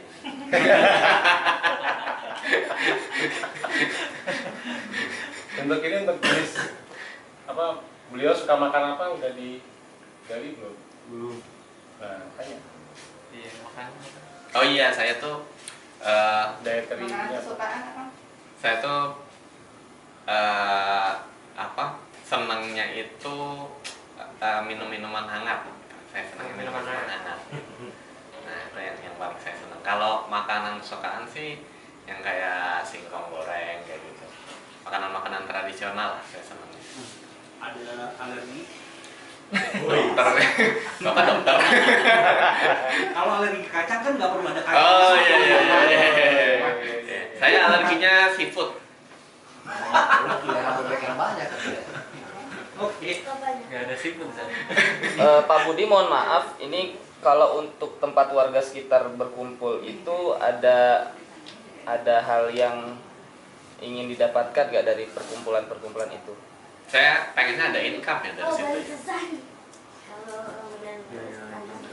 Nanti lahannya di mana Pak? Di gunung di Lahannya itu dia sebenarnya masih di nggak gunung-gunung banget juga sih, cuman agak masuk ke dari jalan besar itu agak masuk ke dalam nanti di situ, tapi masih di pinggiran jalan desa gitu. Nanti bisa lihat dong, boleh kita kesana sama. Ya. Pak Budi vegetarian? Enggak. Makannya dagingnya apa biasanya? Oh, dagingnya ayam bisa, bebek bisa, kambing sekali-sekali boleh, sapi bisa kok. mau ada kandang atau ternak nggak, ada peternakan itu atau?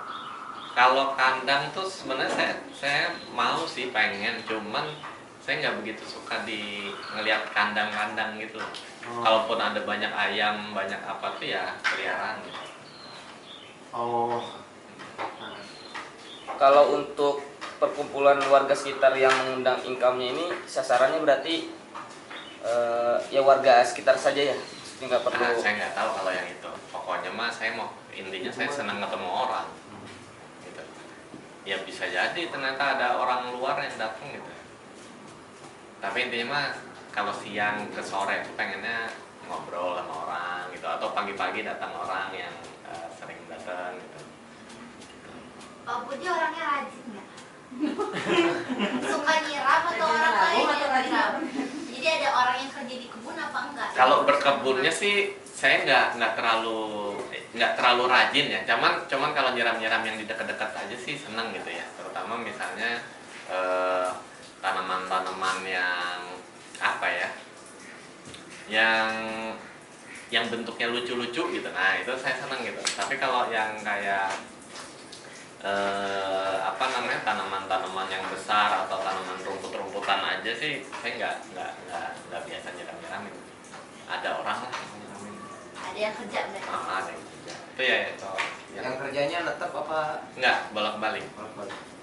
Tinggal di situ ya. Tinggal di situ. Ada spesifik tanaman yang Pak Budi mau? Saya kurang ngerti juga sebenarnya kalau yang buah gitu, mau ada pengen pohon mangga gitu, pengen apa? Saya senangnya duren sebenarnya, cuman nggak mau ada pohon duren di situ gitu. Tapi saya senang duren. Nggak mau pohon duren kenapa? Soalnya takut kejatuhan aja pas lagi itu. Soalnya kan lahannya kan nggak gede-gede amat juga. Mangga suka mangga. Kalau duren, mangga, apalagi ya? Iya sih, itu aja sih yang utamanya saya suka. Kalau untuk dekor ruangannya sendiri, bangunannya senang yang kayu atau? Oh, senang yang kayu. Atau Kayu.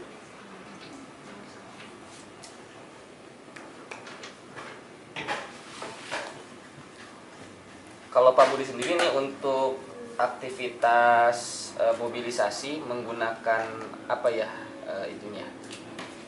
Pengennya sih kalau sekarang sih ada mobil gitu ya. Cuman nantinya pengennya paling ya jalan kaki atau naik sepeda aja gitu. Kalau harapannya nanti ketika warga berkumpul di sana itu mereka dibatasi tidak untuk mobilisasinya ataukah boleh menggunakan mobil juga? Oh, di situ? Di tempat. Ya kalau di situ kayaknya saya nggak nyediain parkiran yang gede-gede deh. Maksudnya bisa sih sepeda motor sih bisa gitu ya. Tapi kalaupun buat parkir mobil ada, cuman bukan di daerah saya gitu, agak-agak di jalan rayanya gitu mungkin bisa sih. Tapi saya nggak ngebatasin. kalau untuk pertemuan dengan warga misalnya, itu skala kecil, sedang, atau menengah? Kecil tuh bisa Kebutuhannya cuman buat ngobrol aja gitu ya. Sambil nyemil atau apa gitu. Makanya yang penting nggak sepi-sepi banget gitu ya. Pak Budi, kalau tadi kan senangnya yang minumnya hangat-hangat, pilih teh atau kopi? Saya senangnya teh. Teh, kopi apa wedang? Wedang. Beda, karena lebih sehat ya. Karena paling terakhir pilihannya.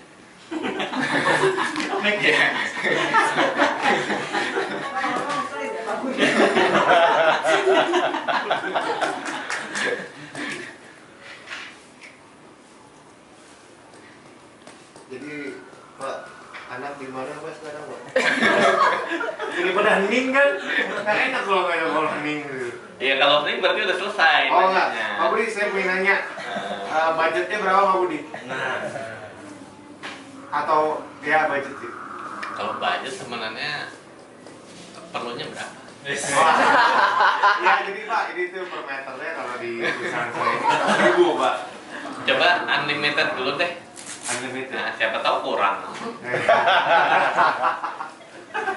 Tapi itu penting nggak sih? Mempertanyakan itu? Iya, itu penting. Ya penting, tapi kalau bagi saya sih nggak penting. Gitu. Supaya mempertegas sih, takutnya kayak yang Pengalaman.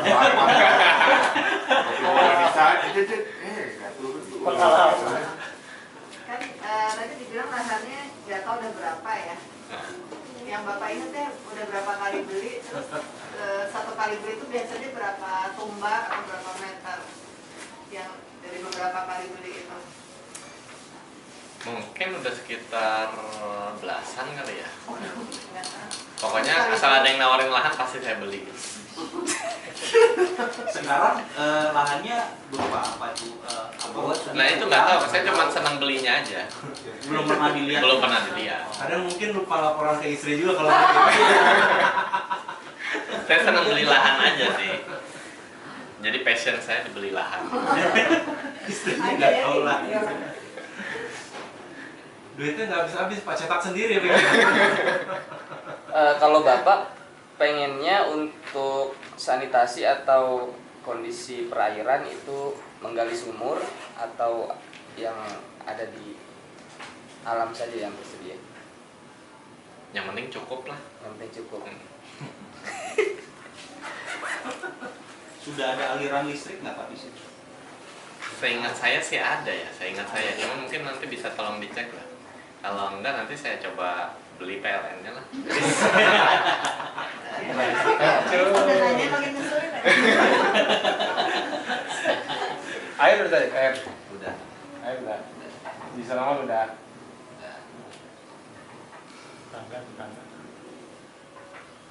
Itu terus dari lahannya Pak Budi ke tetangga pengen dibatasin apa belum ada? Pengen sih dibatasin ya, memang ada area private-nya gitu loh, pengen ada area. Tapi di area-area depan itu yang ketemu orang itu ya, ada mungkin jalan. jangan tegas gitu batasnya. Jangan terlalu tegas, tapi ada batasnya.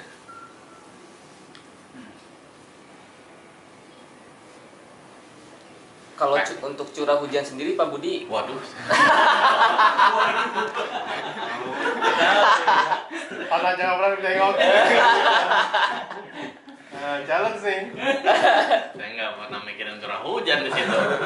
nggak selama main atau nginep di situ kira-kira gimana perasaan? Ya kalau pas lagi nggak hujan Kering.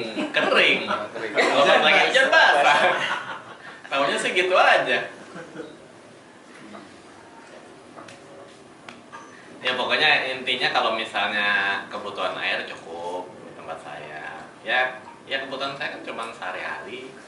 Terus tadi yang kumpul itu tempat kumpulnya itu aktivitasnya. Ya mungkin bisa dibuatkan aktivitas kumpulnya itu apa gitu yang biar bisa rutin orang datang gitu ya. Saya ada lahan tuh Pak. Nggak apa-apa pasti saya beli. Kalau nawarin lahan pasti saya beli. Gitu. Pak Budi anaknya udah kawin semua. Kayaknya duitnya begini. Kan cetak sendiri tadi. Bolehlah jadi mantu.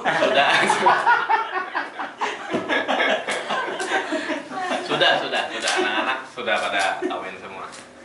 Sudah keluar negeri semua rata-rata.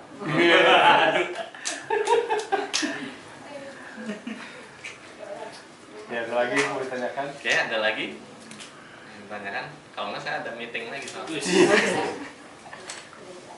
Oh ya satu lagi deh, tertarik dengan hewan peliharaan nggak? Gitu. Yang kecil-kecil lah. Ya mungkin kayak ikan atau misalnya Kucing gitu. kucing-kucing kayak gitu. Burung Tapi sama burung. burung boleh, burung. Tapi saya nggak terlalu suka yang Iya maksudnya. dikandangin. Nah, itu maksudnya. gitu. Lain hewan ternak ya, berarti tadi. ya mungkin kalau hewan ternak yang nggak dikandangin saya suka aja.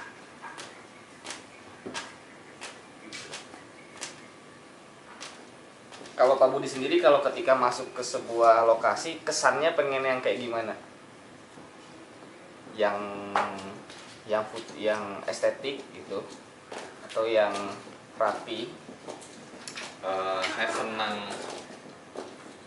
yang sifatnya alamiah. Asri.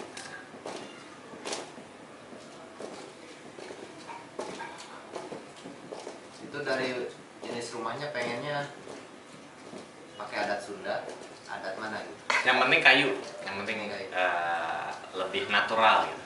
Iya. Oke.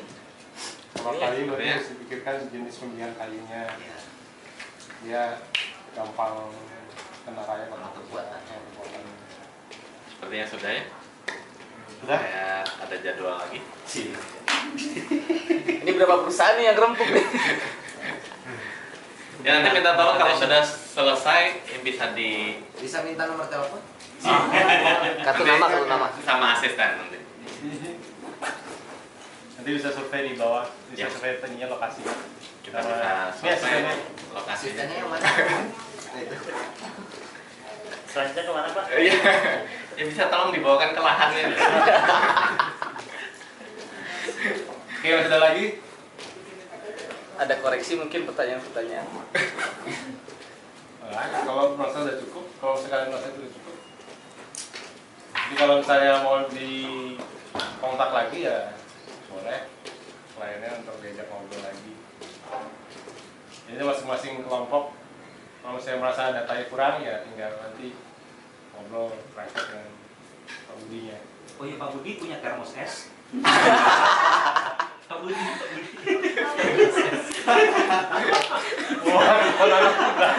Tahun berapa itu? Tahun berapa itu?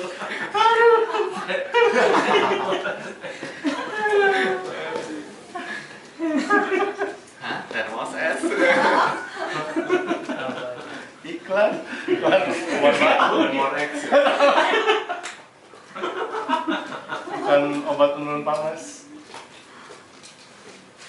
Satu lagi Pak Budi. Oh iya, boleh. Di sana ada nggak di tempatnya Pak Budi, ibu-ibunya punya keahlian sesuatu nggak? Tetangga? Nah, kayaknya belum tahu deh. Belum tahu. Belum tahu. Soalnya cuma beli doang, nggak tahu. Ada tetangga apa enggak juga nggak tahu. Ada nanti kok ditunjukin nanti.